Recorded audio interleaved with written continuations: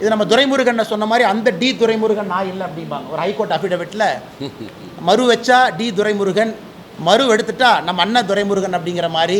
எனக்கு உண்மையாலுமே கிடைக்கணும், எனக்கு கிடைக்கல. மத்திய அரசு திட்டத்தின் மூலமாக யாராவது தமிழகத்தில் கிடைக்கலன்னு சொன்னாங்கன்னா பாரதிய ஜனதா கட்சி முழுமையாக நாங்கள் பொறுப்பேற்றுக் கொள்கின்றோம். அது எங்களுடைய பொறுப்பு. அதனால் முதலமைச்சர் அவர்கள் அதை கைவிடணும், வேகமாக மத்திய அரசு திட்டத்தை செயல்படுத்தணும்.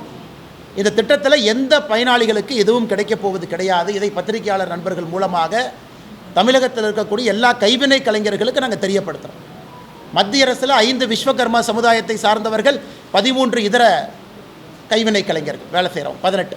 இவங்க அதையே அப்படியே கொஞ்சம் பிரித்து அது 28 பண்ணியிருக்கிறாங்க. அதனால் கட் காப்பி பேஸ்ட். இது நம்ம துரைமுருகன் சொன்ன மாதிரி அந்த டி துரைமுருகன் நான் இல்லை அப்படிம்பாங்க. ஒரு ஹைகோர்ட் அஃபிடவிட்டில் மறு வச்சா டி துரைமுருகன், மறு எடுத்துட்டா நம்ம அண்ணன் துரைமுருகன் அப்படிங்கிற மாதிரி.